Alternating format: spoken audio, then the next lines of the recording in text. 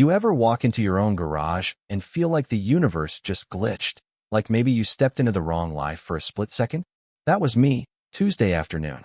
I hit the remote, expecting to see my McLaren shining like always. And instead, there's a Honda CR-V just sitting there, engine ticking, safety sticker practically falling off the windshield like it's a shame to even be here. And there she was, Clara Bennett, smiling that HOA smile that's all vanilla frosting until you catch the razor blade underneath. You people think your rights matter here? That's actually how she greeted me, in my own garage, like I was trespassing in her world.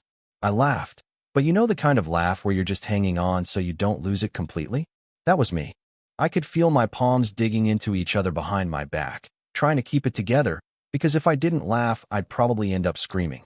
She's waving around this official-looking document. HOA letterhead, fancy borders, like it's supposed to hypnotize me into forgetting what private property means. Temporary safety audit, she says. Neighborhood rules, you understand? I said, "Ma'am, this is my garage. My space. Nobody asked to park here." She just smiled, flipping her clipboard, talking about code reviews and community welfare in that voice people use when they're telling you to your face that you're the problem. Before I could even figure out my next move, Elena rolls in, my wife, attorney, and human lie detector. Her BMW blocks in Clara's Honda with surgical precision. Elena steps out, all business, eyes sharp, phone already snapping pictures of the Honda, the sticker, the whole circus. She's not playing around. "And you authorize this how?" Clara tries waving her document again, but Elena doesn't even blink. I spot a receipt on Clara's dashboard, my address printed right there. This wasn't random. She came here for me. Clara steps in front of me, telling me to maintain a respectful distance in my own garage. Elena just keeps taking photos, methodical, like she's building a court case. And honestly, she is. The HOA doesn't have authority to seize private property, Elena says, full attorney mode. Parking here is appropriation. You'd think that would be enough, but Clara doubles down, talking about certain families and how community safety sometimes means bending the rules. I felt my jaw tighten. There it was, the old, polite threat that you're not really part of the club. That's when I decide enough's enough. "Elena, call the police. I want this documented." Clara tries to object, but I'm already backing the McLaren into the garage, stopping it just shy of her. Honda's bumper. No way out unless I move first. Clara's mask cracks for a second. "You can't do this," she barks. I just toss my keys. "I'm parking in my garage. You want to inspect? Do it on foot." Officer Davis shows up. Guy looks like he's seen every suburban mess possible. He listens, looks at both our documents, and just shakes his head.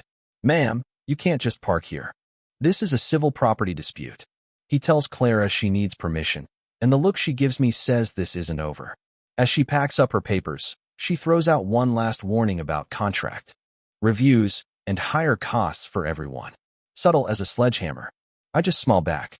Temporary doesn't mean permanent. That night, we install security cameras, 3 angles, door sensors, motion detectors. Elena puts in new smoke and carbon monoxide detectors, just in case. What bugs me, I tell her, is how she acted like I was the unreasonable one. Like it's selfish to not let someone park in your garage because they said so. Elena nods. It's the language. Entitlement wrapped in service. I set up shop in the kitchen, laptop pointed at the garage, ready to catch whatever Clara tries next. 7 days of footage. Either I'm paranoid, or I'm about to learn what this safety audit is really about. Day 1, the grapevine does its thing. Robert from 3 doors down, older guy, blue house, perfect roses, shows up, looking nervous. He thanks me for pushing back.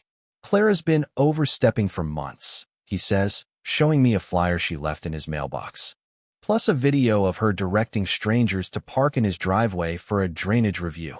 Always with the forms, always vague about actual rules. She makes you feel like you're difficult for wanting basic respect, Robert says. He's not wrong. By the time he leaves, I realize my garage isn't the only front in this weird little war. Next day, Maria from 2 streets over brings me security footage, Clara blocking her driveway with a truck, workers setting up air quality tests, no real documentation, just a hint that refusing is uncooperative.